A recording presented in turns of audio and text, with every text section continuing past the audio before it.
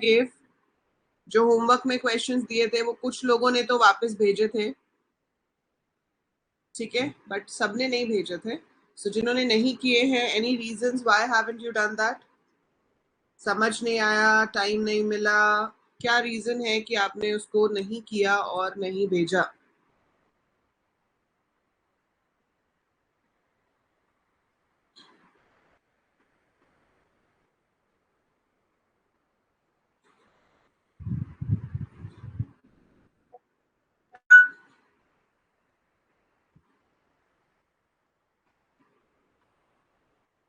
Just a minute. Yes Praveen. Ma'am आवाज आ रही है मेरी? यस, आवाज आ रही है। मैम थोड़ी हेल्प चाहिए आपसे। बोलिए। हेल्प ये चाहिए कि फर्स्ट ईयर में कुछ इश्यूज की वजह से मैं CS का कोई सब्जेक्ट नहीं हो पाया मेरा, अच्छा। है ना। और ये फर्स्ट ईयर की जो पाइथन थी वो बेसिक ही हो पाई थी। 11th में मतलब? हाँ 11th में। ठीक है। अब 12th में अच्छी तरह से मैं करना चाहता हूँ। हम्म देन कुछ टॉपिक हैं जो मेरे फर्स्ट ईयर में क्लियर थे, जहाँ तक हम्म कि 25% क्लियर थे, हम्म और अब नहीं है। ठीक तो है। आप कुछ सजेशन देना चाहेंगे, क्योंकि जो अभी रिसेंटली क्वेश्चन दिए थे वो लिस्ट के थे, लिस्ट के लिए। और वो मैंने पढ़े नहीं थे वो फर्स्ट ईयर में, है ना। ठीक है प्रवीण, तो देखो इसके लिए आपके पास एक प्लेलिस्ट है यूट्यूब के ऊपर, पाइथन लेवल 1 करके कोर्स है, यस मैम। ठीक है, तो आप वो देख सकते हो। उसमें आपको बेसिक्स ऑफ पाइथन क्लियर हो जाएगा। अदर देन दैट, मैं जो भी अभी ऐप के ऊपर भी क्लासेस ले रही हूँ 11th क्लास की, आपने देखा होगा, उसमें मैं आपको ऐड करती हूँ। तो ओके। उसमें लिस्ट तक तो अभी हम जब पहुंचेंगे थोड़े टाइम बाद, लेकिन जो भी 11th क्लास की क्लासेस होंगी कंप्यूटर साइंस की, वो आपको भी लाइव असेसिबल होंगी, तो आप उन क्लासेस में भी लाइव आ सकते हो। ओके और मैम। आप अपना पूरा 11th वाला जो सिलेबस है वो वहां पर साथ में प्रैक्टिस कर सकते हो, ताकि आपके 11th का जो बेस है वो भी स्ट्रांग हो जाए। Okay ma'am. बाकी there are one shot videos also, जैसे कि लिस्ट के ऊपर वन शॉट वीडियो है कि एक ही वीडियो में लिस्ट काफी कुछ कराया हुआ है, हम्म। तो वो मैं लिंक भेज दूंगी एक बार ग्रुप के अंदर, तो आप उसको देख सकते हो, ताकि आपको थोड़ा आइडिया हो जाए कि लिस्ट को हम कैसे प्रोसेस करते हैं। Okay, thank you ma'am. ठीक है, ओके।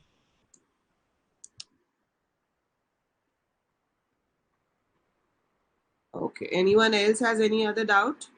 Shall we start? हाँ, चाहत was the first one to send the homework. ठीक है, चाहत ने वो टॉप 3 स्टूडेंट्स वाला प्राइज लेना है ना, इसलिए चाहत शुरू से ही बहुत अच्छे से चल रही है। Good track record. पिंड है आयुष।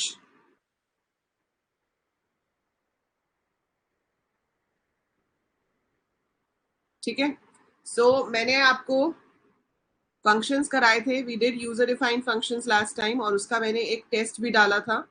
सो उस टेस्ट का रिजल्ट देखें, किसने कितने मार्क्स लिए हैं। You want to see that?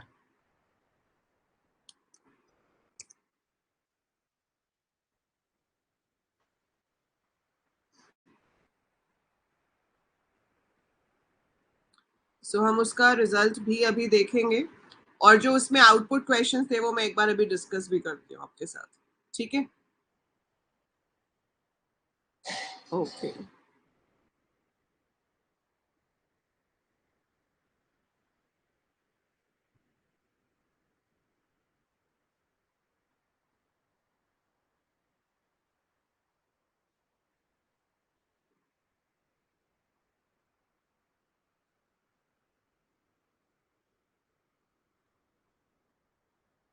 Okay.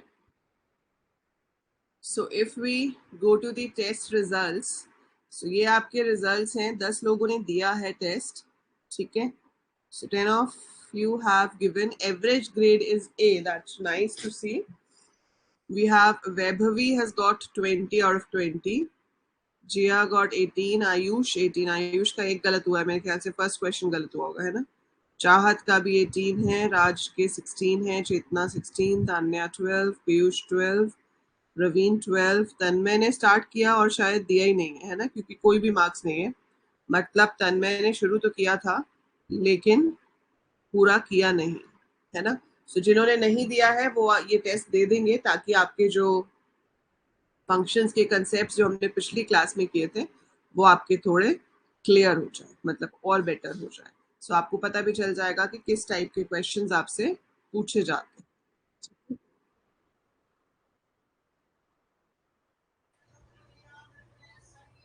Hello hello Ayush, how are you? Good evening, good sorry good morning, good good afternoon. Afternoon. हाँ जी, तीन बोल दिया। तीनों बोल दिया, पूरे दिन की विशेस हो गई एक साथ। हाँ मैम, उस दिन क्यों नहीं लिए थे? किस दिन? क्लास? हाँ आई वॉज नॉट वेल उस दिन ना, मेरे को कफ कोल्ड थोड़ा ज्यादा हो गया था, सो इसलिए नहीं गया। अभी सही है? हाँ अभी सही है। ये देखो पीयूष को, क्या कह रहे हैं? अरे ये अलग ही। ये तो आप दोनों का चलता ही रहता है। अभी वो नहीं है कैंप में। आपको वो समझ आ गया था फर्स्ट वाला क्वेश्चन फिर कहाँ पे गलत था? हाँ हाँ, वो मैं ये क्या बोलते हैं, आई था ना उधर, उधर मैं ए ऑफ आई ले लिया, इसीलिए हाँ, गलत हो गया। तो जो इवन पोजीशंस थी उनकी वैल्यूज को डबल करना था, और फिर आगे जाके क्वेश्चन था भी जिसके अंदर हमने वैल्यूज को चेक किया था, उससे अगला क्वेश्चन ही था। हाँ मैं मैं वैल्यू एआई को कर चेक दी। किया, उसमें इवन वाली वैल्यूज को डबल करना। मैम हम्म, एक और डाउट है। बोलो। मैम इंटीजर में मतलब इंटीजर में क्या बोलते हैं, इंडेक्सिंग नहीं होता है क्या? इंटीजर में? इंडेक्सिंग नहीं होता है क्या? इंटीजर में इंडेक्सिंग कैसे होगी? इंटीजर तो सिंगल वैल्यू है ना। अच्छा, हाउ कैन इसीलिए मेरा यू? एरर आ रहा था।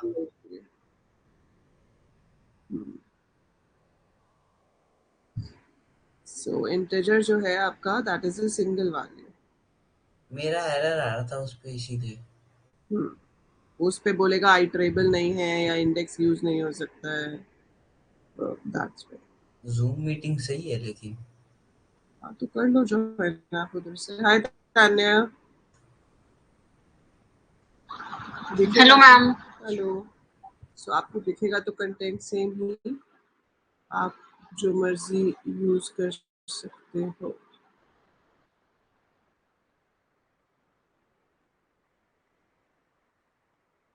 ओके, सो चले इधर को अपने स्क्रीन पर। So shall we start with the topic. आज हम करेंगे default arguments and keyword arguments क्या होते हैं। सो बहुत इजी चीज है वैसे तो, but just we have some names for it, और वो नेम्स आपको समझने हैं कि वो नाम क्या हैं, कैसे यूज होते हैं। ये भी एक मैंने अभी वीडियो अपलोड की थी कल, आई होप आप लोगों ने देखी होगी, कि 3 गलतियां जो आपको कभी भी नहीं करनी चाहिए जब आप कोडिंग सीखना शुरू करते हो। और वो गलतियां क्या होती हैं कि हम क्या कर देते हैं, कोई भी लैंग्वेज, आपके तो खैर सिलेबस में आप तो छोड़ ही नहीं सकते हो, but otherwise what we do is कि हम कोई भी चीज़ शुरू करते हैं और उसके बाद उसको बीच में छोड़ देते हैं। सो जब आप किसी चीज़ को बीच में छोड़ दोगे, गिव अप कर दोगे, तो आप उसको कभी भी पूरा नहीं कर पाओगे। सो एक टाइम पे एक लैंग्वेज शुरू करो and give your proper focus on that and complete it. अगर एरर आ रहे हैं, गलती हो रही है, कोई प्रॉब्लम नहीं है, you have to make sure that you get the correct results out of that. जब तक नहीं आते तब तक अपनी कोशिश जो है वो चालू रखनी है ना आयुष? इसमें वो कहाँ है? एक second, I have to make some setting in this कि मेरी फोटो आनी चाहिए थी ना, वो क्यों नहीं आ रही?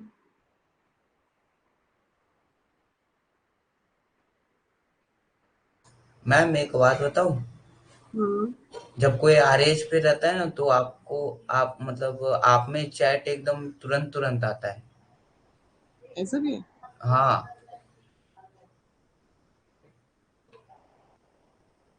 That is good, but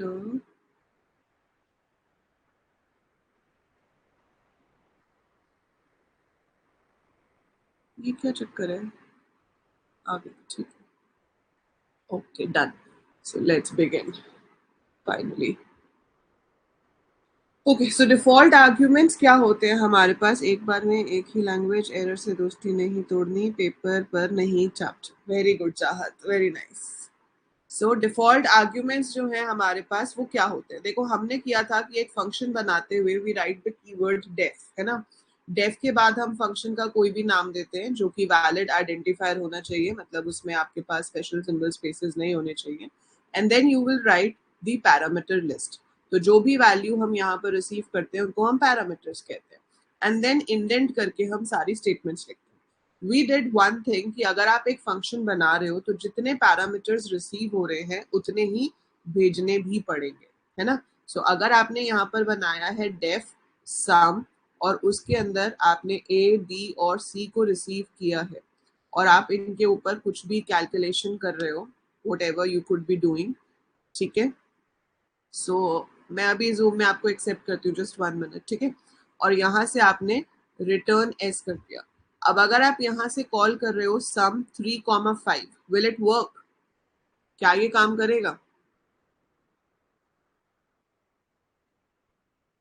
chat में लिखो या बोल के बताओ, क्या ये काम करेगा?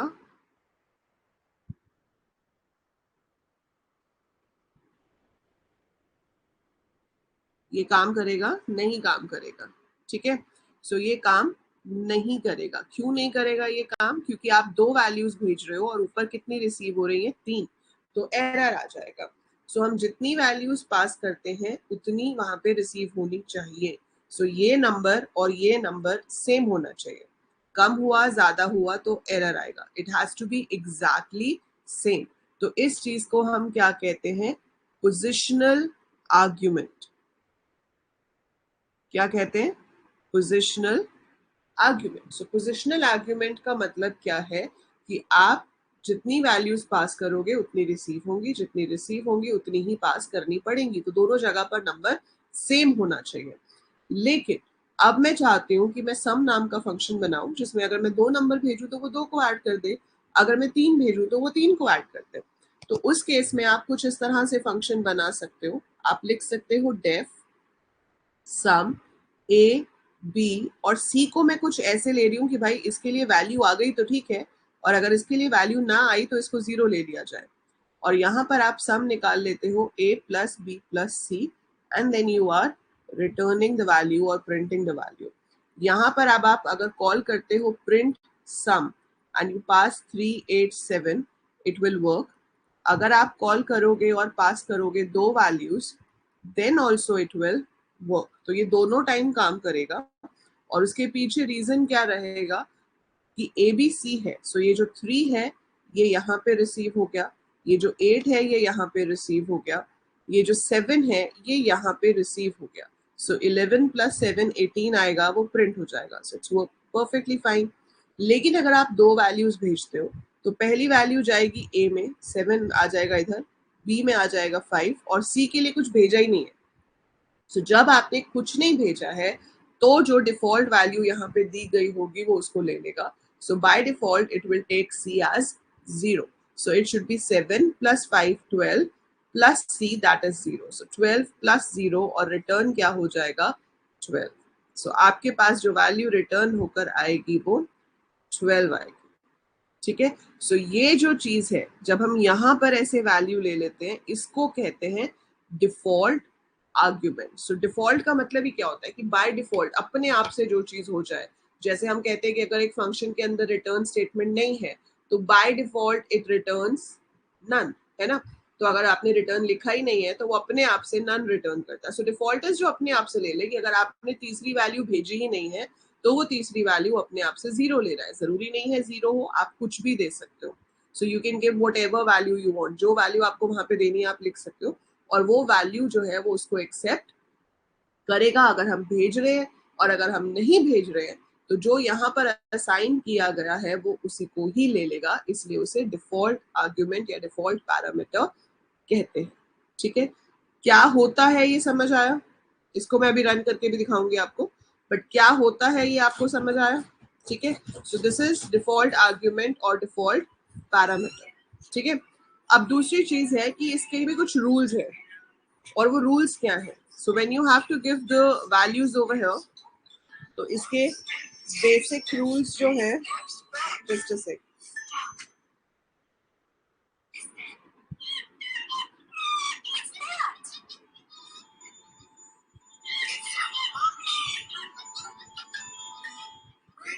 go. Okay.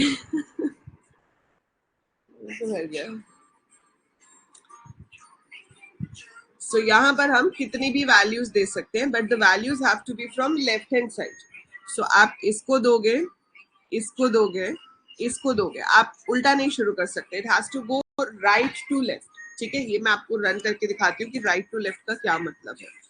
So right to left के लिए लेट्स ओपन पाइथन. मैम अगर तीनों वैल्यू को 0 पुट करना है तो कर सकते हैं, तो सम 0 आ जाएगा. नहीं मतलब ये बोलो, तीनों वैल्यू को 0 ही पुट करना है तो मतलब डायरेक्ट एक ऐसा पुट नहीं रहे कि मतलब डायरेक्ट तीनों 0 ही हो जाए. ऐसे तीनों को लिखना पड़ेगा ना. ए इक्वल टू 0 को ऐड करके करेंगे क्या, मतलब उसका कोई सेंस भी तो नहीं बनेगा ना. जैसे आपने ये बनाया, ठीक है, अब यहाँ से आप कॉल करते हो 6 9 सम 5 7 2.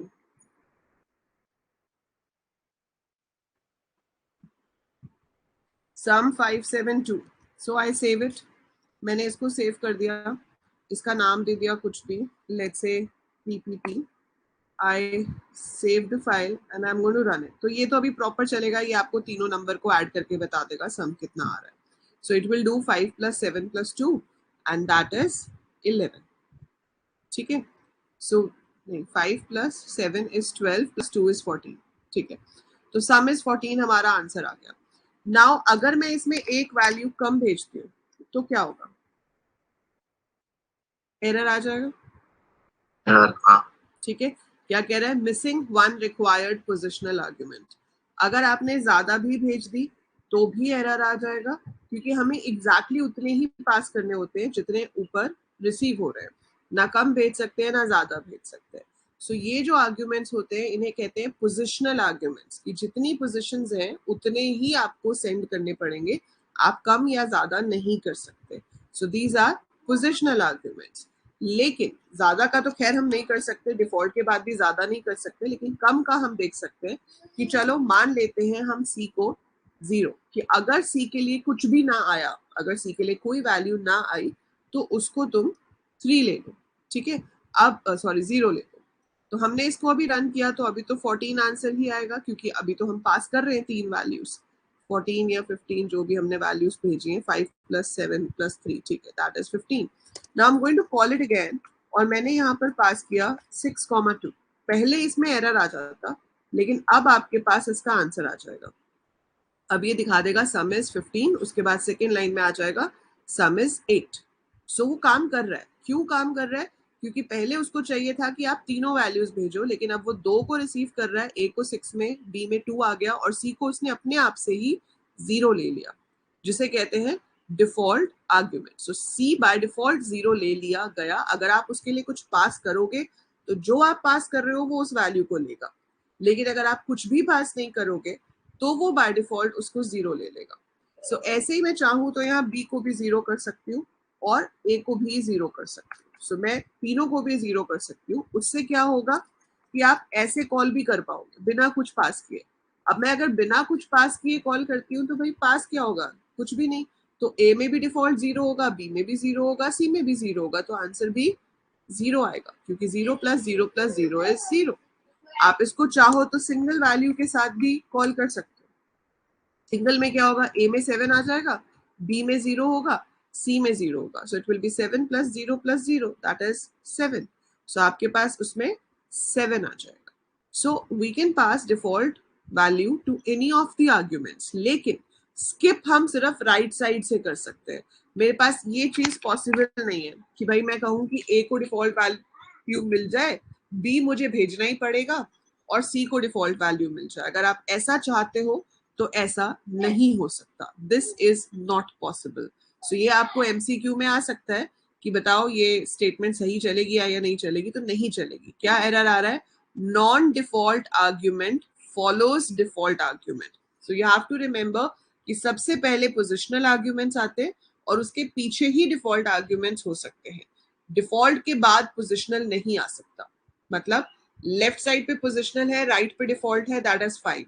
लेकिन अगर उल्टा हो जाए कि पहले डिफॉल्ट है और उसके बाद कोई पोजिशनल आर्ग्यूमेंट है, तो वो अलाउड नहीं है पाइथन में, it is not possible, we can not do that. तो वो आपको ऐसा नहीं करने देगा। जबकि ए को आप मत दो, बी को दे दो तो परफेक्टली फाइन है, कोई प्रॉब्लम नहीं है, ये चलेगा। बस इसमें इस लाइन पे अब एरर आ जाएगा क्योंकि 3 हम स्किप नहीं कर सकते, एक तो हमको भेजना ही पड़ेगा। सो 1 तो वी हैव टू सेंड, सो इसलिए पहले 2 में आया, फिर आपका रन टाइम एरर जनरेट हो गया कि मिसिंग पैरामीटर है, और वहां पर अगर आप ठीक कर दोगे तो ये आपका बाकी का बिल्कुल सही चलेगा। सो डिफॉल्ट आर्ग्यूमेंट्स का मतलब क्या होता है कि अगर हम कभी वैल्यू ना भेजें तो वो अपने आप से कोई वैल्यू ले ले, और वो वैल्यू बिल्कुल भी जरूरी नहीं है कि 0 ही हो, हम कुछ भी वैल्यू वहां पे लिख सकते हैं। सो हम यहाँ पर जरूरी नहीं है कि 0 लें, आप इसको 10 ले सकते हो, इसको 20 ले सकते हो, व्हाटएवर यू डू, और ये अकॉर्डिंगली अब सम दिखा देगा। सो वो कुछ भी वैल्यू हो सकती है, बट अगर कुछ पास होगा तो वो लिया जाएगा, अगर पास नहीं होगा तो डिफॉल्ट वैल्यू ली जाएगी। एंड डिफॉल्ट वैल्यूज हमेशा पोजिशनल आर्ग्यूमेंट के राइट साइड पे होती हैं, लेफ्ट पे नहीं हो सकती। Is that clear? क्या ड्रॉ कर रहे हो Ayush? Is that clear? Is this clear to every one of you? Write in the chat or say yes. Yes. Okay. So ये तो हो गए डिफॉल्ट आर्ग्यूमेंट्स। इसके बाद जो सेकंड कैटेगरी है आपकी, वो है आपकी कीवर्ड आर्ग्यूमेंट्स की। अब कीवर्ड आर्ग्यूमेंट्स क्या होते हैं? कीवर्ड आर्ग्यूमेंट्स बहुत ज्यादा यूज नहीं होते, बट आपको पता होना चाहिए थियोरेटिकल पॉइंट ऑफ व्यू से कि कीवर्ड आर्ग्यूमेंट्स होते क्या है।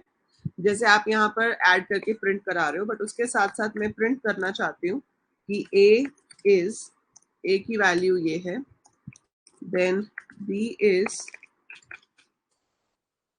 की वैल्यू ये है, एंड सी की वैल्यू ये है। ठीक है, so A is this, B is this, C is this, and sum is this. ठीक है, अब यहाँ पर ये 2 और 1 वाला तो नहीं चलेगा, वो तो सिर्फ डिफॉल्ट में चलता है। इसमें आपको 3 ही भेजने पड़ते हैं कीवर्ड आर्ग्यूमेंट्स में। तो आप इसे रन करते हो तो नॉर्मली क्या होता है पोजिशनल आर्ग्यूमेंट में कि फर्स्ट पोजिशन वाला फर्स्ट में जाता है, सेकंड पोजिशन वाला सेकंड में जाता है, थर्ड वाला थर्ड में जाता है। That is how it works.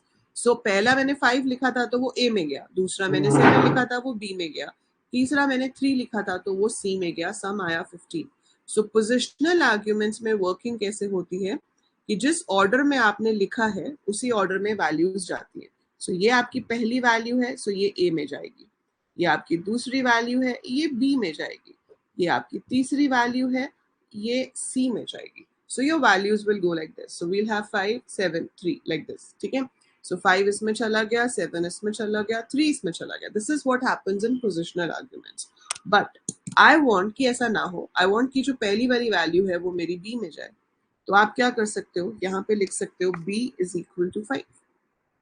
ठीक है, पर यहाँ भी वही प्रॉब्लम है कि पोजिशनल वैल्यूज पहले होनी चाहिए और कीवर्ड आर्ग्यूमेंट्स बाद में होने चाहिए। सो कीवर्ड्स क्या होते हैं? Keywords are reserved words for something. So Python के पास अपना सेट ऑफ कीवर्ड्स है, जैसे कि if, for, break, return, def, ये सारे उसके कीवर्ड्स है। पर आर्ग्यूमेंट्स को भी हम कीवर्ड आर्ग्यूमेंट्स बना सकते हैं बाय दीज नेम्स। तो आपने यहाँ पे जो नाम दिए हैं, आप चाहते हो कि भाई पहली वैल्यू तो चलो ठीक है चली जाए ए में, दूसरी वैल्यू जो है वो सी की हो, तो C should be 7 and B should be 3।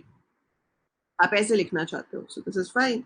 अब आपका ए में जाएगा 5 और बी में जाएगा 3, सी में जाएगा 7, जबकि पहले जिस ऑर्डर में लिखे थे उस ऑर्डर में जा रहे थे। अब उस ऑर्डर में नहीं जाएंगे, अब जो नाम आपने दिए हैं उसके अकॉर्डिंगली वैल्यू आपकी जाएगी। सो आप इसका रिजल्ट देखोगे तो ए तो 5 ही है, पहले बी 7 था, अब बी 3 हो गया, सी 3 था, अब सी 7 हो गया।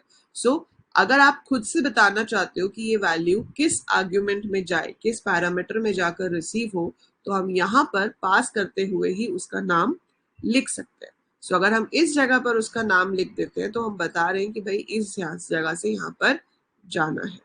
ठीक है, सो हमने यहाँ पर बता दिया कि जो C है उसमें 7 जाए, ना कि B में, और जो 3 है वो B में जाए।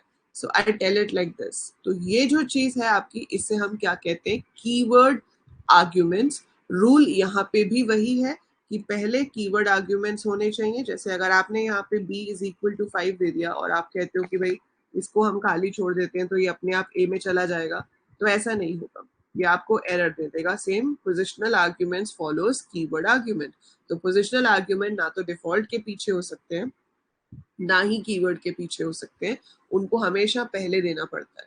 सो पहले हमेशा पोजिशनल दिए जाएंगे और उसके पीछे आप चाहे कीवर्ड आर्ग्यूमेंट्स दो और डिफॉल्ट दो। और ये चीज ध्यान रखना, डिफॉल्ट यहाँ होता है हेडर में, है ना। डिफॉल्ट आर्ग्यूमेंट्स का काम कहाँ है? फंक्शन हेडर में। और ये जो है कीवर्ड आर्ग्यूमेंट्स, इनका काम कहाँ है? फंक्शन कॉल के टाइम पे।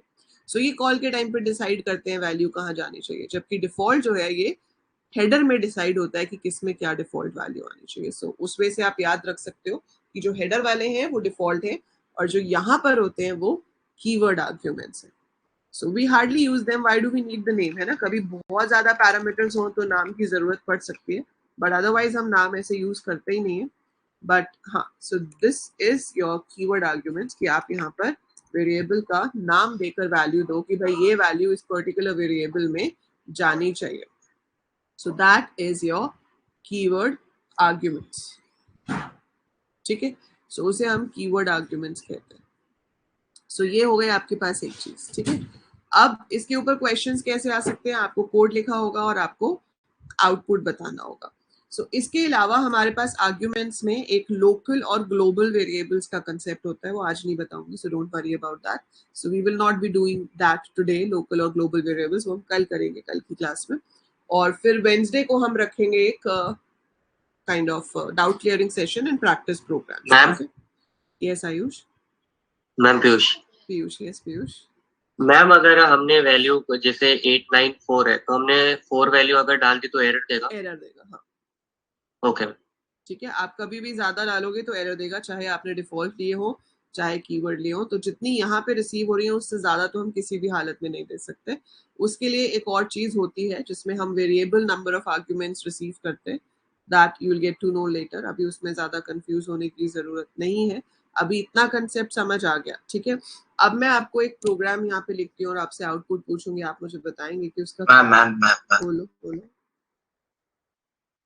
मैम बोलो। वो जो आपने ये मतलब प्रिंट एबीसी करवाया उसके बदले हम रिटर्न एबीसी किए तो? हाँ, तो वो एज अ टपल रिटर्न होगा। सो ये अच्छा सवाल पूछा आयुष ने कि अगर हम रिटर्न एबीसी करें तो, सो वैसे तो return is meant to return one value, ठीक है, पर पाइथन इतनी अच्छी लैंग्वेज है कि रिटर्न में अगर आप कॉमा देके वैल्यूज दे देते हो, so those values are return as a tuple, ठीक है। सो नॉर्मली अगर आपसे कोई पूछता है how many values can be returned by a function, so a function returns one value, return के साथ हम एक वैल्यू रिटर्न करते हैं, फिर वो वापस आती है। जैसे अगर आपने multiple values they the, for example मैंने यहाँ पर एक फंक्शन बनाया डेफ, नाम दे दिया प्रोसेस, है ना, इसमें ए और बी मैंने रिसीव कर लिए। मैं चाहती हूँ कि ए की जो वैल्यू है वो 5 से इंक्रीज हो जाए, बी की जो वैल्यू है वो 2 से डिक्रीज हो जाए, मतलब एनीथिंग लाइक दैट, कुछ भी हमने काम किया, and I want to return both of these values, मेरे को ये दोनों वैल्यूज रिटर्न करानी है। तो मैं यहाँ पर क्या लिख सकती हूँ? रिटर्न ए कॉमा बी। तो आपको दिखने में लगेगा कि दो वैल्यूज रिटर्न हो रही है, आप यहाँ पर प्रिंट करवाओ, आप इसको कॉल करो प्रोसेस और पास कर दो कुछ भी 7,8, ठीक है। अब जब हम इसको रन करेंगे आप आंसर देखोगे आएगा आपके पास 12,6, बट वो किस फॉर्म में आ रहा है? Can you see the round brackets around it? आप इसके साइड पे राउंड ब्रैकेट्स देख पा रहे हो, और अगर आप इसका साथ टाइप फंक्शन भी यूज करोगे तो वो आपको क्या देगा कि it is a tuple. So normally function जो है वो एक टाइम पे एक ही वैल्यू को रिटर्न करता है। सो ये जो आपके पास है a comma b, it is return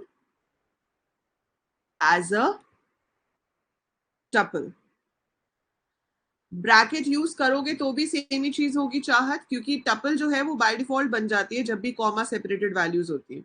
so tuple create करने के लिए, हाँ, सो टपल क्रिएट करने के लिए हमें राउंड ब्रैकेट्स लगाना जरूरी नहीं होता। अगर आपने स्क्वायर ब्रैकेट्स लगा दी तो it will be returned as a list, है ना। लेकिन अगर आप राउंड ब्रैकेट्स नहीं लगाते हो, so any comma separated values, any set of comma separated values is considered as tuple. So by default वो tuple की तरह ट्रीट होता है, ठीक है. So that's why वो उसको tuple फॉर्म में ले रहा है. मैं आपको इसको थोड़ा और स्पेसिफिक तरीके से करके दिखाती हूँ. मैं यहाँ पे प्रिंट नहीं करती, मैं यहाँ पे लिख देती हूँ result is equal to process 7,8, है ना. And now I am going to print the result. Along with that मैं यहाँ पर उसका टाइप आपको प्रिंट करके दिखाती हूँ. अगर लिस्ट लगा दिया तो लिस्ट में आएगा. सो आपने इसको यहाँ पर रन किया तो आप देख रहे हो क्लास क्या लिखी आ रही है, tuple. So it is by default of type tuple, ठीक है. अगर आपने यहाँ स्क्वायर ब्रैकेट लगा दिया तो ये क्या बन जाएगा, लिस्ट, है ना. और अगर आपने यहां से ऐसे कर दिया तो क्या बन जाएगा, डिक्शनरी. सो आप रिटर्न एक ही वैल्यू कर सकते हो. वो अलग बात है कि हमारे पास डिफरेंट डेटा टाइप्स हैं जिसमें वैल्यूज ग्रुप हो सकती हैं. तो आप उसको लिस्ट ले सकते हो, टपल ले सकते हो, जैसे भी ले सकते हो.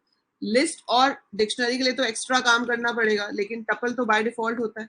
टपल के लिए आपने कोई एक्स्ट्रा काम नहीं किया, आपने सिर्फ वेरिएबल्स को कॉमा करके लिखा है, तो वो ऑटोमेटिकली उसको एज अ टपल ले लेता है, ठीक है. ये पॉइंट समझ में आया. So when you return multiple values from a function, it is returned as a tuple. तो वो एक tuple की तरह रिटर्न होता है. और फिर आप चाहो तो उसको अलग अलग वेरिएबल्स में भी डलवा सकते हो. आप यहाँ पर रिजल्ट की जगह पर लिख सकते थे a, b, और फिर यहाँ पर आप a, b को प्रिंट करवा दो. इसको हटा देती हूँ. So this is also possible. इसे कहते हैं coupling and decoupling of tuples. तो आप यहाँ पर क्या कर रहे हो, पहले क्या हो रहा है, जो टपल है वो रिटर्न हो रही है और फिर वो टपल अलग अलग दो वेरिएबल्स में जा रही है. तो a हो गया 12, b हो गया 6. Now it is not as a tuple, it is in two different variables. ये नहीं सुनता. देखो आपके पास नॉर्मली, इसको दिखाते हैं, ये देखो, ये तो चलो प्रोग्राम है, इसको छोड़ देते हैं. अगर हम नॉर्मली एक चीज लिखते हैं कि मैंने लिखा h is equal to 2,8,6, bracket भी नहीं लगाई, सिर्फ 2,8,6 लिखा, तो इसमें h क्रिएट हो गया, है ना. h क्या बना, h बना टपल, राइट. सो अगर आप किसी भी वेरिएबल में कॉमा सेपरेटेड वैल्यूज को पुट करते हो, आप लिख रहे हो h इज इक्वल टू 2,8,6, तो ऑटोमेटिकली h टपल बन जाता है, ठीक है. अब अगर मैं यहाँ पे लिख दूं a, b, c is equal to h, error आया, नहीं आया. मैं एक टपल को 3 वेरिएबल्स में स्टोर करा रही हूँ, but I did not get any error. अगर मैं चेक करूं तो आप देख पा रहे हो कि a में क्या गया 2, b में क्या गया 8, c में क्या गया 6. सो एक टपल को हम वापस वेरिएबल्स में भी कन्वर्ट कर सकते हैं. तो पहले अलग अलग वैल्यूज ज्वाइन होके टपल बनी, और जब आप इस तरह से लिखते हो तो आपके पास वो डीकपलिंग, मतलब वो फिर से रीडिस्ट्रीब्यूट हो रहा है, और जितनी भी वैल्यूज टपल में थी वो एक एक करके अलग अलग वेरिएबल में चली गई. तो h की जो पहली वैल्यू थी वो वेरिएबल a में चली गई, जो दूसरी वैल्यू थी वो वेरिएबल b में चली गई, जो तीसरी वैल्यू थी वो वेरिएबल c में चली गई. समझ आया ये वाला कंसेप्ट टपल्स का. यही कंसेप्ट वहां फंक्शन में हो रहा है कि वहां से रिटर्न तो हम टपल कर रहे हैं, लेकिन उस टपल में दो वैल्यूज हैं. तो जब हम लिखते हैं variable 1 comma variable 2 is equal to tuple, तो वो जो टपल की वैल्यूज हैं वो दोनों वेरिएबल्स में चले जाती हैं. अगर आपका नंबर ऑफ वेरिएबल्स कम ज्यादा होगा तो obviously you will get error. अच्छा, x comma y is equal to h में लिखूंगी तो एरर आ जाएगा, क्योंकि टपल में 3 वैल्यूज हैं और मैं उनको 2 वेरिएबल्स में डालने की कोशिश कर रही हूँ. तो वो कहेगा too many values to unpack. तो अनपैक करने के लिए 3 वैल्यूज हैं, वेरिएबल्स 2 हैं, मैच नहीं हो रहा, तो वो आपको एरर दे रहा है. ठीक है, समझ आया ये कंसेप्ट सबको? Do you understand what is happening here? इस कोड में क्या हो रहा है, कैसे मल्टीपल वैल्यूज रिटर्न होती हैं और कैसे हम उनको अलग वेरिएबल्स में ले सकते हैं. जूम की चैट में लिख रहे हो, चैट नहीं दिख रही मुझे।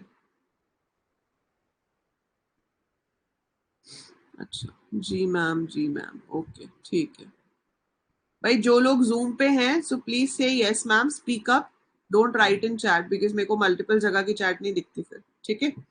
अगर आपने जूम से ज्वाइन किया, हम आस्किंग समझ आया तो please speak up yes ma'am, और जो इधर क्लास कर रहे हैं वो, हाँ वो लिख सकते हैं, ताकि मुझे भी लगे कि मैं इंसानों के साथ वार्तालाप कर रही हूँ ना, थोड़ी इंटरेक्शन क्लास में रखा करूँ ताकि आपको भी मजा आए, हमको भी मजा आए, है ना। ओके सो लेकिन सही है, हाँ जूम सही है। हाँ, तो हम हर क्लास ऐसे ही करेंगे, जिसको जूम से आना है वो आ सकता है, अदरवाइज यहाँ तो चली रही है क्लास, ठीक है।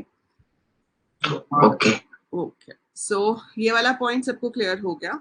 अब फंक्शंस के ऊपर, जैसे कि मैंने आपको बताया था, एग्जाम में जो क्वेश्चंस आते हैं उसमें 3 मार्क्स का तो कोड लिखने के लिए आता है, जैसे पिछली बार क्वेश्चंस दिए थे, ठीक है। और आपको 2 मार्क्स का आउटपुट क्वेश्चन आता है, जो कि ऐसा कुछ कोड लिखा होगा और आपको पूछा जाएगा कि बताइए इसका आउटपुट क्या आ रहा है। तो मैं अब एक ऐसा कोड लिखती हूँ, आप मुझे बताइए कि उसका आउटपुट क्या आना चाहिए।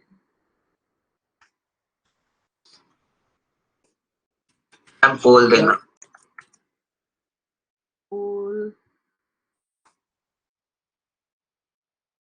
जूम पे भी पोल देने की ऑप्शन होती है क्या? जूम पे नहीं, मैं उस पे नहीं, उसको तो मैं दे दूंगी, वैसे पूछ रही हूँ।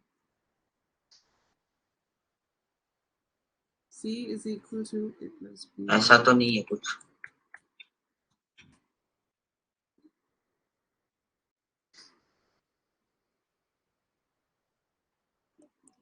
ये इजी सा है, ठीक है। पहले इसका लिखना मत अभी चार्ट में आंसर।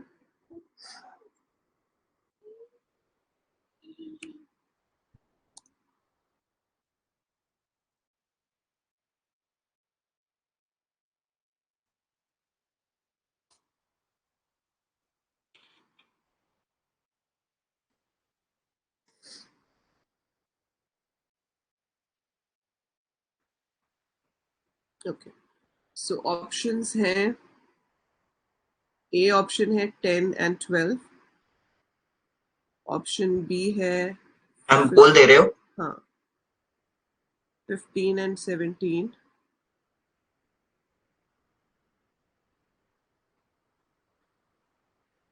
तो अपना आंसर आप सोच लो, बिकॉज जब मैं पोल देने जाऊंगी तो ये ऑप्शंस हट जाएंगे स्क्रीन से।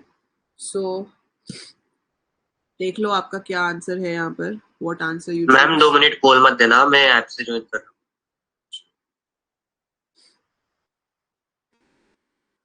सो वर्किंग कर लो और देख लो इसका आंसर क्या होगा। हम दे दो, दे दो। First option is 10, 12. Second option is 15, 17. Then we have 10, 17 and none of these.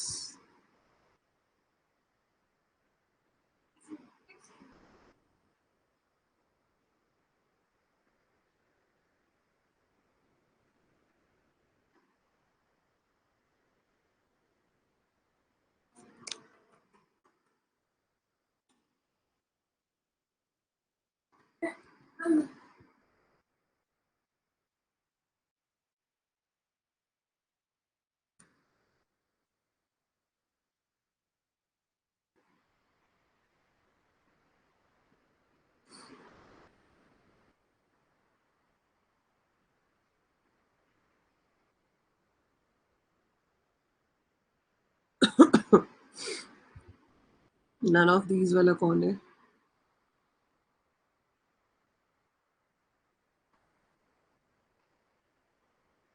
So we have got 6 votes till now. None of these वाले ने अपना वोट चेंज कर लिया।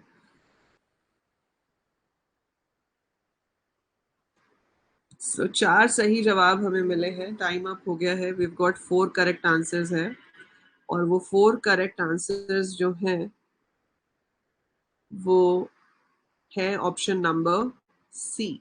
So option number C is your correct answer, that is 10 and 17, क्योंकि पहली बार 7 और 3 पास होगा तो B की वैल्यू जो है वो ओवरराइट हो जाएगी, 5 की जगह उसमें 3 आ जाएगा और 7 will go to the first one, so answer should be 10. जब सेकेंड टाइम कॉल होगा तो आपके ए में जाएगा 12, दैट्स योर फर्स्ट वैल्यू, सो ए 12 हो जाएगा। बी के लिए कुछ भी पास नहीं हुआ है तो बी की डिफॉल्ट वैल्यू जो है वो ले ली जाएगी 5, सो 12 प्लस 5 विल बी 17, वो प्रिंट हो जाएगा। तो फर्स्ट टाइम दोनों वैल्यूज पास हो रही हैं, सिंस दोनों वैल्यूज पास हो रही हैं तो a will be 7, b will be 3, तो 7 प्लस 3 आपको 10 देगा। सेकेंड टाइम सिर्फ एक ही वैल्यू पास हो रही है, सो 12 पास होगा और b होगा 5, so answer will be 17. So this will be your output. Is it clear to everyone? Yes, ma'am. Good. So ये हो गया एक, चलो नेक्स्ट क्वेश्चन करते हैं।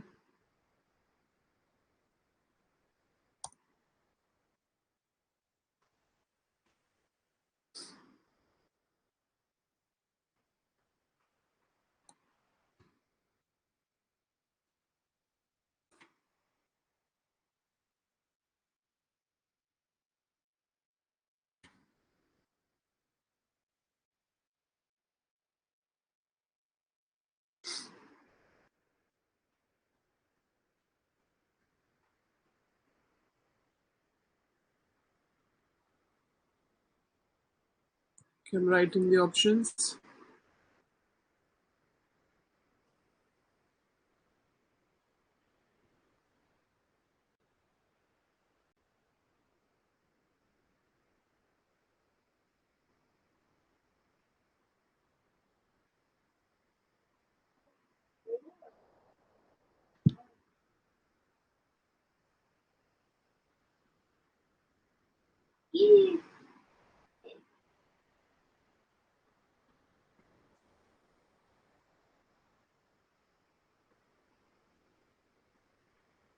बोल दे दो, मतलब कर लिया आपने? नो मैम, 2 मिनट दो। हाँ, डू इट आराम से। कुछ चीज दिखाओ।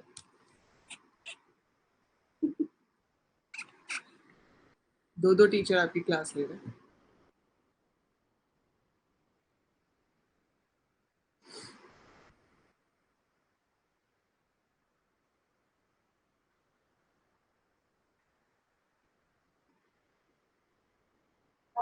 बोल दे दीजिए ma'am. Okay. Let everyone do. Let's wait for 1 minute for that.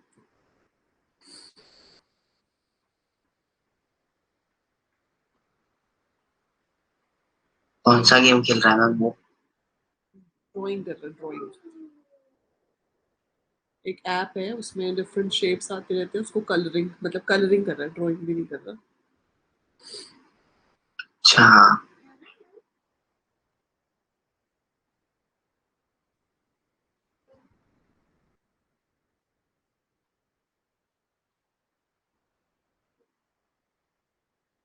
Done everyone?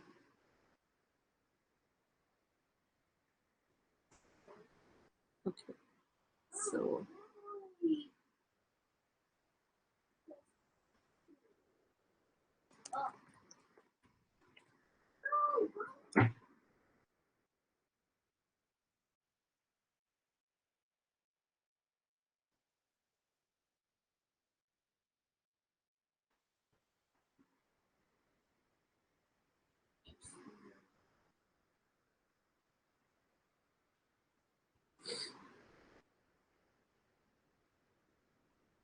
क्या बात है। अच्छा, इसमें तो पता चल रहा है ना आपको कि बाकी लोग क्या वोट कर रहे हैं, तो हाइड कर देना चाहिए।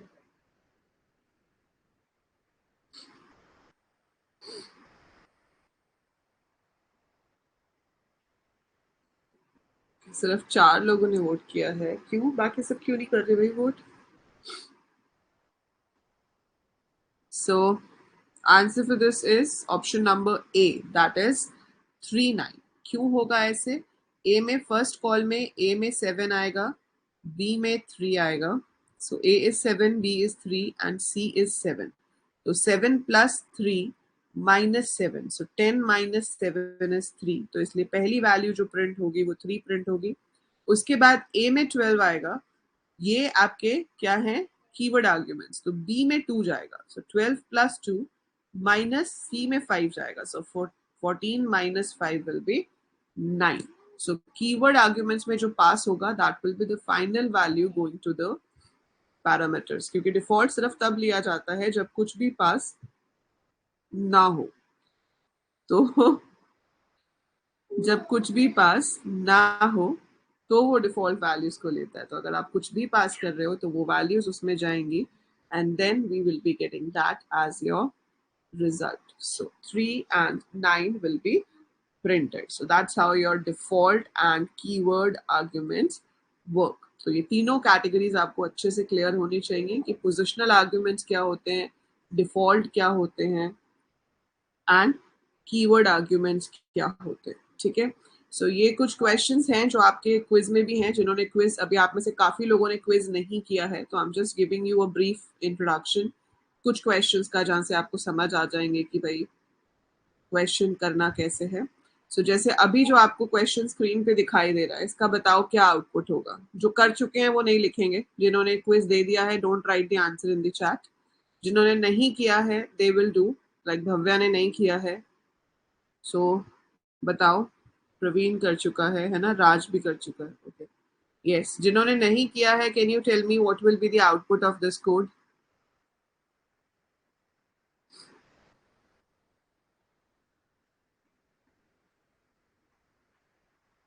What will be the output of, sorry, what will be the output of this code?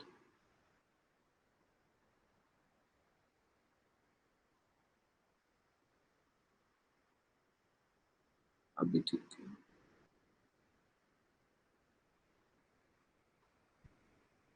हाँ। और इसने बताया मेरा ये गलत है, मैम आपने गलत क्वेश्चन दिया है, और वहां पे जाके मुझे वो भी कर दिया मैसेज भी रिपोर्ट का कि क्वेश्चन ही गलत है जी क्विज में।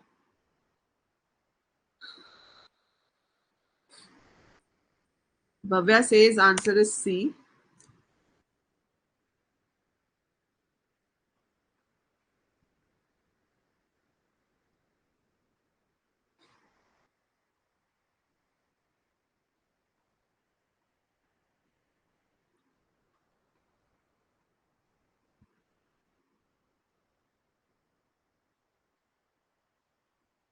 So इसका आंसर है बी। आपकी जो इवन पोजीशंस हैं, यहाँ पे जो चीज मैटर करती है वो ये है कि आप चेक किसे कर रहे हो। सो आपके पास यहाँ से पास हो रहा है ये लिस्ट, जिसके अंदर कितने एलिमेंट्स हैं, 5। सो 5 एलिमेंट्स यहाँ से पास हो रहे हैं, तो लेंथ ऑफ ARR हमारे पास कितना आ जाएगा, 5। सो आई जो है इट विल गो फॉर 0 1 2 3 4। हाँ जी मैम, उन्हें अपने से करने दीजिएगा पहले, अभी मत मतलब डिस्कस कीजिए क्वेश्चन। भव्या ने नहीं किया था टेस्ट, शी हैज डन, और बाकी सब तो दे चुके हैं टेस्ट। चाहत ने भी दिया, चेतना ने भी दिया, आपने भी दिया, पीयूष ने भी दिया, प्रवीण ने भी दिया, राज ने भी दिया। और कोई है ऐसा जिसने टेस्ट ना दिया हो? Who is present in the class? 16 बच्चे हैं बैच में, आए कितने, 8। रिकॉर्डिंग देखेंगे फिर बोलेंगे मैम बैकलॉग इकट्ठा हो गया है।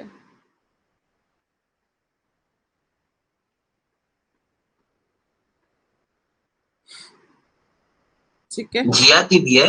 नहीं जिया दीदी नहीं है, वो तो टेस्ट फ्री था ना, तो कोई भी अटेम्प्ट कर सकता है, इसलिए जिया ने अटेम्प्ट किया। ओके सो यहाँ पर हम क्या कर रहे हैं, जो आपका आई है इट इज वर्किंग फॉर 0 1 2 3 4, और आप आई मॉड 2 चेक कर रहे हो, मतलब आप इस पोजीशन को चेक कर रहे हो, वैल्यू को नहीं। तो 0 को 2 से डिवाइड करेंगे तो ऑब्वियसली रिमाइंडर 0 आएगा, और उस ARR 0 पे पड़ी हुई वैल्यू को हम 2 से मल्टीप्लाई कर रहे हैं। तो ARR 0 पे 8 था, 2 से मल्टीप्लाई होगा 16 हो जाएगा। ठीक है, उसके बाद हमारे पास 1 आएगा, 1 2 से डिवाइड नहीं होता है, नथिंग विल हैपन। फिर 2 हो जाएगा, 2 2 से डिवाइड होता है, सो 2 2 से डिवाइड होता है तो it will B multiplied by 2। सो यहाँ पर आपके पास जो वैल्यू है वो 5 है, और वो मल्टीप्लाई हो जाएगी 2 से, इट विल चेंज टू 10। 3 पे कोई चेंज नहीं करेंगे क्योंकि 3 2 से डिविजिबल नहीं है, 4 2 से डिविजिबल है, so this value will be modified and you will be getting 26 over here. तो आपके पास जो आंसर आएगा भव्या, वो आंसर बी होगा।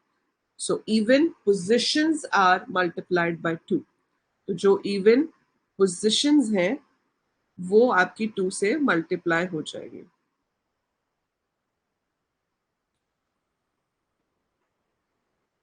ठीक है।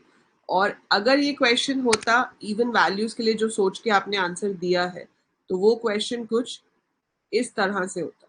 तो उसमें हम यहाँ पर आई मॉड 2 चेक ना करते, क्या चेक करते? ARR I mod 2। सो यहाँ पर आपका लूप तो अभी भी वही चल रहा है 0 1 2 3 4, लेकिन जो कंडीशन है वो I mod 2 नहीं है। तो मैं I mod 2 को चेक नहीं कर रही हूँ, मैं वैल्यू को चेक कर रही हूँ। सो ARR 0 पे क्या है? 8। Is it divisible by 2?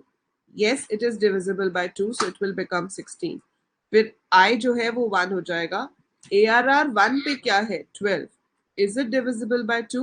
Yes, so it will change to 24. Then ARR 2 पे क्या है? 5. Is it divisible by 2? No, it's not. ये नहीं है divisible, तो यहाँ पर कोई change नहीं होगा। फिर 2 आएगा, it is divisible, 4 हो जाएगा। 13 divisible नहीं है, कोई change नहीं होगा, तो इसका आंसर C आएगा। सो आपको डिफरेंस समझ में आया? तो ये डिफरेंस हमेशा याद रखना, एग्जाम में जब आई पे कंडीशन चेक की गई हो तो वो पोजीशन पे होती है, और जब लिस्ट का नाम और आई हो, वो लिस्ट का नाम चाहे ए हो, एल हो, ARR हो, whatever is the name of the list, ठीक है। सो जब लिस्ट का नाम और आई हो, उसका मतलब है कि पोजीशन को चेक नहीं करना, वैल्यू को चेक करना है। और अगर सिर्फ आई के ऊपर कंडीशन है, so that means we are checking only the position, we are not checking the value. Is that difference clear to every one of you? एक और एग्जाम्पल दोगे? Yes ma'am. ये वाला सॉल्व करो। What will be the output of this question?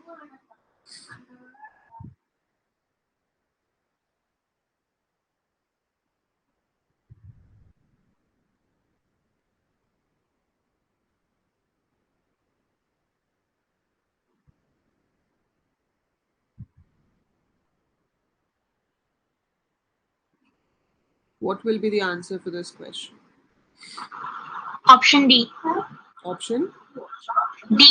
D। 14 कह रहे हो आप? Ma'am D. 20 मैम। D, अच्छा हाँ 20। Yes ma'am, D. ठीक, very good. So 20 is correct. यहाँ पर आपका सही आंसर है 20। और ये कैसे आ रहा है कि आपके पास पहले A में रिसीव हो गया 10, B में रिसीव हो गया 20, C में रिसीव हो गया 10। So A plus equal to 3 will make it 13, B minus equal to A, so B में 20 है, लेकिन A की आप modified value यूज करोगे जो कि 13 है, so B में से 13 माइनस कर देंगे तो हमारे पास बच जाएगा 7। और उसके बाद C में A plus B हो रहा है, so that is 20, and return C करेंगे तो 20 रिटर्न हो जाएगा। सो ऐसा क्वेश्चन मैंने आपको क्यों दिया, क्योंकि पेपर में भी ना कुछ भी कैलकुलेशन कर रहे होते हैं जिसकी कोई सेंस नहीं होती। जैसे अब ये स्टेटमेंट्स लिखी हुई है, इसका कोई मीनिंगफुल आउटकम तो नहीं बन रहा ना, बस कुछ भी किसी में भी प्लस करे जा रहे हैं, किसी में भी माइनस करे जा रहे हैं। सो आपको ऐसे क्वेश्चंस भी आ जाते हैं जहाँ पे कुछ भी प्लस माइनस हो रहा है without making any sense, but you have to find out कि एग्जैक्टली लास्ट में क्या प्रिंट होगा। सो इन क्वेश्चंस में सिर्फ हमें ये देखना होता है कि आप वेरिएबल्स को सही से मॉडिफाई कर पा रहे हो या नहीं कर पा रहे हो, एंड आर यू कंसिडरिंग कि कुछ रिटर्न हो रहा है या नहीं हो रहा है। सो सिर्फ वो कंसेप्ट देखने के लिए आपको ऐसे क्वेश्चंस आउटपुट में आ सकते हैं। सो इसका जो आंसर है वो C रिटर्न होगा, इसलिए फाइनल 20 प्रिंट हो जाएगा। ठीक है, so such kind of questions can be there. तो मैं आपको एक दिन का टाइम और दे रही हूँ, जिन्होंने होमवर्क वाले क्वेश्चंस नहीं करे हैं, complete those programs and send those programs in the chat. जिन्होंने टेस्ट नहीं लिए हैं, 2 प्रैक्टिस टेस्ट ऑलरेडी ऐप पे हैं, so if you have not done any of the 2, so do those test. और कल हम करेंगे लोकल एंड ग्लोबल वेरिएबल्स क्या होते हैं, जो कि बहुत ही इंपॉर्टेंट टॉपिक है। बहुत इजी है, पता नहीं इनिशियली सबको लगता है थोड़ा मुश्किल क्योंकि थोड़ा हेवी वर्ड्स हैं, but it's a very interesting and very easy topic, you will understand it tomorrow. So वो तो हम करेंगे ही कल, और उसके साथ कुछ आउटपुट क्वेश्चंस हम और करेंगे in the form of a quiz. ठीक है, तो we will be solving that as well. और इस मंथ के बाद से, हाँ Praveen, I will send that one shot. हाँ बोलो आयुष।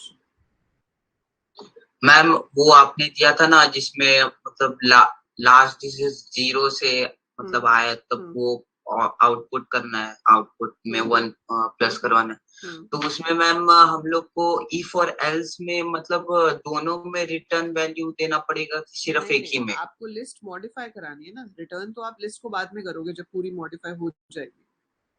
नहीं, आपने क्या बोला था कि एक लिस्ट है हम लोग के हाँ। पास, और वो लिस्ट में क्या है, मतलब एक सर्टेन नंबर्स है जिसमें जिसका लास्ट में अगर जीरो आया डिजिट तो जीरो उसी को होगा, बस प्रिंट आउट करवाना है। मैं सॉरी, प्रिंट आउट नहीं, जितने बार जीरो उस काउंट लिस्ट में है वो करवाना है। करवाना है। हाँ, तो उसमें आप क्या करोगे, आपको चलो ये वाला क्वेश्चन एक मैं बता देती हूँ। आपको होमवर्क में एक क्वेश्चन था कि आपको एक फंक्शन बनाना है जिसमें आपको कुछ भी एक लिस्ट रिसीव करनी है। उस लिस्ट में जिन नंबर्स का लास्ट डिजिट जीरो है, आपको काउंट करना है कि वो कितने एलिमेंट्स हैं। तो पहले तो मुझे बताओ, what will be the condition to check कि लास्ट एलिमेंट जो लास्ट डिजिट है वो जीरो है। क्या कंडीशन आप लगाओगे ये चेक करने 10 के से लिए? डिविजिबल है कि 10 से डिविजिबल है या नहीं। Very good. सो 10 से डिविजिबल के लिए क्या करेंगे, मॉड 10 चेक कर लेंगे कि अगर आपका नंबर 10 से डिविजिबल है तो वो लास्ट डिजिट जो है उसका वो जीरो होगा। तो मैं इनिशियली एज्यूम कर लेती हूँ कि मेरे पास नंबर ऑफ एलिमेंट्स जो हैं ऐसे वो जीरो है। I don't have any element like that. फिर मैं यहाँ पर लूप लगा लूंगी ट्रेवर्सल का। इसमें दोनों में से कोई सा भी लूप चल जाएगा, ये भी चला सकते हो आप। For I in range len of a we can use this also. और मैं दूसरी ऑप्शन भी अभी बताती हूँ। और यहाँ पर हम चेक कर सकते हैं कि अगर ए आई मॉड 10 जीरो है, मतलब आपका नंबर 10 से डिविजिबल है, दैट मीन्स उसका जो लास्ट डिजिट है वो 10 है, तो n जो काउंटर है वो 1 से इंक्रीज हो जाए। सो n शुड इंक्रीज बाय 1। अब अगर आप इसको रिटर्न करा रहे हो तो रिटर्न करा दोगे, प्रिंट करा रहे हो तो प्रिंट करा दोगे, जो भी क्वेश्चन में बोला था। अगर प्रिंट कराने को बोला था तो आप प्रिंट n कर सकते हो, अगर रिटर्न कराने को बोला था तो आप रिटर्न n कर सकते हो। यहाँ पे अपनी लिस्ट लोगे और फिर आप फंक्शन को कॉल कर लोगे। ठीक है, so we can do like this. So इस मैम अगर एल्स पार्ट भी हम लोग ने डाल दिया एल्स तो की जरूरत ही नहीं है ना इसमें, आपको सिर्फ काउंट करना है जिनका लास्ट डिजिट जीरो है। एल्स में क्या करोगे? नहीं, मीन्स अगर कुछ और रहा एल्स हाँ, तो पार्ट एल्स में हम यहाँ लोग लिख को सकते, डालना है तो एल्स मतलब लिख के डायरेक्ट रिटर्न उस एल्स के नीचे मतलब करना पड़ेगा क्या? रिटर्न तो इसका आपका वैसे भी इफ के साथ डायरेक्ट होगा नहीं, क्योंकि जब तक पूरा लूप नहीं चल जाता आपके पास रिजल्ट नहीं आ रहा है ना। आप डायरेक्ट रिटर्न तब लिख सकते हो जब उसके बाद आपको ये लूप चलाना ही ना हो। पर मेरे को तो अभी लूप चलाना है ना फॉर ऑल द नंबर्स। सो अगर मुझे सारे नंबर्स के लिए लूप चलाना है तो मैं यहाँ बीच में रिटर्न लिख ही नहीं सकती। मैं रिटर्न कहाँ लिखूंगी, लूप खत्म होने के बाद, कि जब मेरी सारी कैलकुलेशन हो गई जो मुझे करनी थी लूप में, उसके बाद हम रिटर्न करेंगे। अगर आप लूप के अंदर रिटर्न करते हो वो तो फिर पहली कंडीशन ट्रू होते ही लूप को ही बंद कर देगा, लूप आगे चलेगा ही नहीं। सो it will finish the function ना, फंक्शन ही खत्म हो गया, आगे कुछ भी एग्जीक्यूट नहीं होगा जहां पर रिटर्न स्टेटमेंट एग्जीक्यूट हो गई। बट तभी मेरा सिर्फ 1 आ रहा था। हाँ, क्योंकि वो पहली बार ही उसने n को इंक्रीज किया और वहीं पे ही खत्म हो गया, आगे चला ही नहीं लूप। सो आप पहले कैलकुलेट करो, लूप से बाहर आके रिटर्न करो, क्योंकि जहां रिटर्न एग्जीक्यूट होता है वहां फंक्शन खत्म हो जाता है, उसके बाद फंक्शन की कोई भी वर्किंग नहीं होती। ठीक है, सो रिटर्न का मतलब है end of the function for this particular call, कि इस पर्टिकुलर कॉल के लिए फंक्शन का काम खत्म, यहीं पे फंक्शन रुक जाएगा।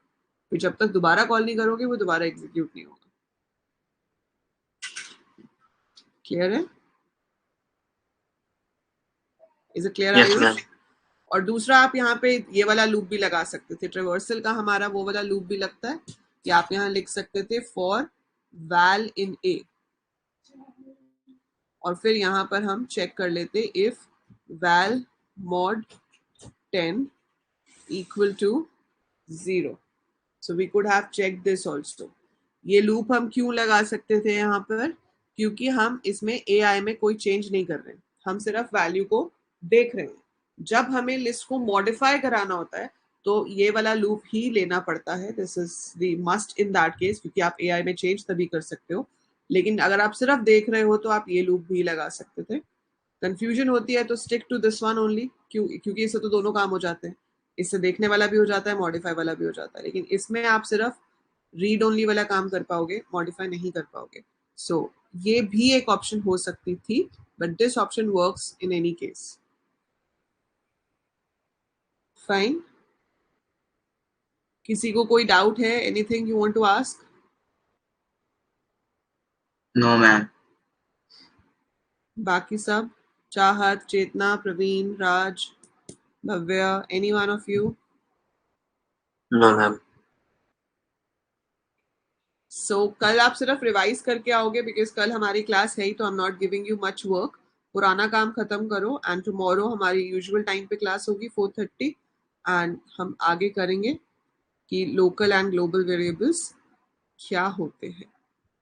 ठीक है, and we will be practicing the output questions जो प्रीवियस ईयर पेपर्स में आए हुए हैं. ठीक है, चलो bye then. That's it for today. I'll see you tomorrow. Bye everyone. Take care.